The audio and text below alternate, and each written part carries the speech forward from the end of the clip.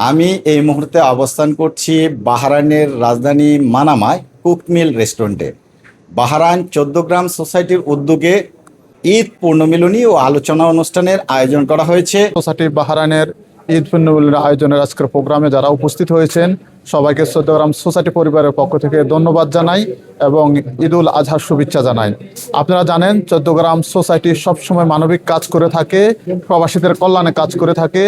আজকে আমি ১৪ গ্রাম সোসাইটির যে সদস্য ভাইয়েরা বাহরাইনের আনাচে কানাচ থেকে এসেছেন আপনাদের সকলকে ধন্যবাদ জানাই এবং মানবিক কাজের সাথে থাকবেন। আরও যারা ১৪ গ্রাম ভাইরা আছেন সবাই ১৪ গ্রাম সোসাইটির সাথে থেকে আমাদের এই সামাজিক কাজের সাথে জড়িত থাকবেন। আমরা ১৪ গ্রামের অবহেলিত অসহায় মানুষের কল্যাণে কাজ করে থাকি। যে সকল ভাইরা বাহরাইনে মৃত্যুবরণ করেন তাদেরকে দেশে প্রেরণ করার জন্য কাজ করে থাকি। যে সকল ভাইদের কর্ম নাই তাদের কর্মসংস্থানের ব্যবস্থা করে থাকি। তাই সকলে আমাদের ১৪ গ্রাম সোসাইটির সাথে থাকবেন যাতে করে আমরা ১৪ গ্রাম সোসাইটিতে বাহরাইনের মাটিতে একটি খুবই ভালো এবং যোগ্য একটি সংগঠন হিসাবে গড়ে তুলতে পারি। ১৪ গ্রাম সোসাইটি বাহরাইনের পক্ষ থেকে আজ ঈদ পুনর্মিলনী ও আলোচনা সভা অনুষ্ঠিত হয়েছে। আমরা অত্যন্ত আনন্দিত এবং গর্বিত। ১৪ গ্রামের যত প্রবাসী আছে আনাচে কানাচ থেকে আমরা আজকে মানামায় একটি হলরুমে একত্রিত হয়েছি। তার জন্য সবাইকে আন্তরিক ধন্যবাদ। ১৪ গ্রাম সোসাইটি আমাদের যে ভবিষ্যৎ পরিকল্পনা সেটা নিয়ে আমরা কাজ করে যাচ্ছি।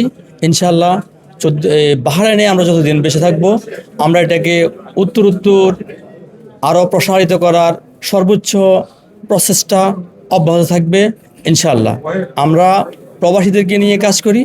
প্রবাসীদের বিভিন্ন দুর্দশা, বিভিন্ন অসুবিধা, অসুস্থতা এবং কোনো প্রবাসী যদি আমাদের বাহরাইনে মৃত্যুবরণ করে দ্রুততার সহিত কিভাবে দেশে প্রেরণ করতে পারি এই প্রচেষ্টা আমাদের সবসময় অব্যাহত থাকে।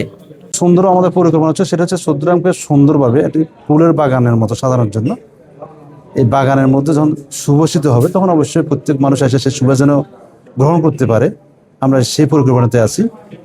শুধু ১৪ গ্রামের মানুষ না, এটা আমরা এমন একটা সোসাইটি প্রতিষ্ঠা করতে চাচ্ছি যেটা হচ্ছে যে আপনার আশেপাশে মানে প্রবাস জীবনে যারা আছেন প্রবাসী হিসেবে প্রত্যেক প্রবাসী যেন ১৪ গ্রাম থেকে উপকৃত হতে পারে, ১৪ গ্রাম সোসাইটি থেকে উপকৃত হতে পারে সেই পরিকল্পনা আমাদের আছে। আমাদের সমাজের সভাপতি এবং যারা দায়িত্বে আছেন এরা সেই পরিকল্পনা নিয়ে সামনের দিকে অগ্রসর হচ্ছেন।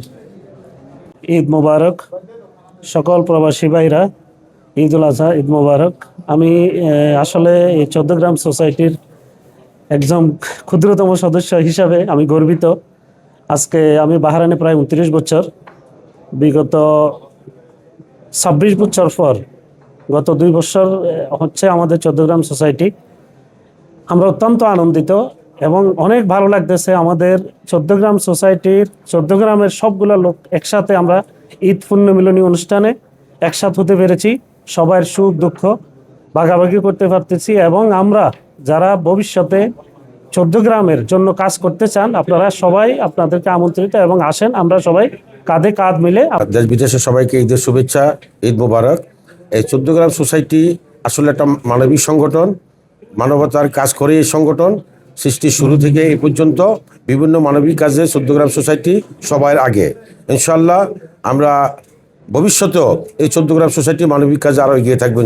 তোমার আলিশান দরবারে রহমতের আশায় মাগফিরাতের আশায় ঈদুল আজহার ফরহাত তুললাম। হে আল্লাহ মাবুদ দয়া করে মায়া করে আল্লাহ আমাদের প্রত্যেকের জীবনের সমস্ত গুনাহ খাতাগুলি মাফ করে দেন আল্লাহ। হে আল্লাহ আমরা প্রবাসী যারা আছি অনেকে আল্লাহ মা হারা বাবা হারায় আল্লাহ, মায়ের সাথে দেখা নাই বাবার সাথে দেখা নাই আল্লাহ, আমাদের প্রত্যেকের পিতা মাতার কবরকে আল্লাহ তুমি জান্নাতের বাগান বানায়া দাও। আয় রাব্বুল আলামিন যারা জীবিত আল্লাহ সকলকে নেক হায়াতে তৈয়্যিবা দান করো আল্লাহ। আল্লাহ আমাদের পরিবার পরিজনদের সকলের প্রতি তোমার খাস রহমত নাযিল করে আল্লাহ। আয় রাব্বুল আলামিন আমরা মুসাফির আল্লাহ প্রবাসের মাটিতে আছি আল্লাহ, প্রত্যেকের হাতখানাকে তুমি কবুল করে নাও আল্লাহ। আয় রাব্বুল আলামিন খাস করে আল্লাহ ১৪ গ্রাম সোসাইটি আল্লাহ মানবিক সহযোগিতার জন্য যে একটি সংগঠন করেছে আল্লাহ, প্রত্যেকের এই সংগঠনখানাকে তুমি কবুল মঞ্জুর করে নাও আল্লাহ।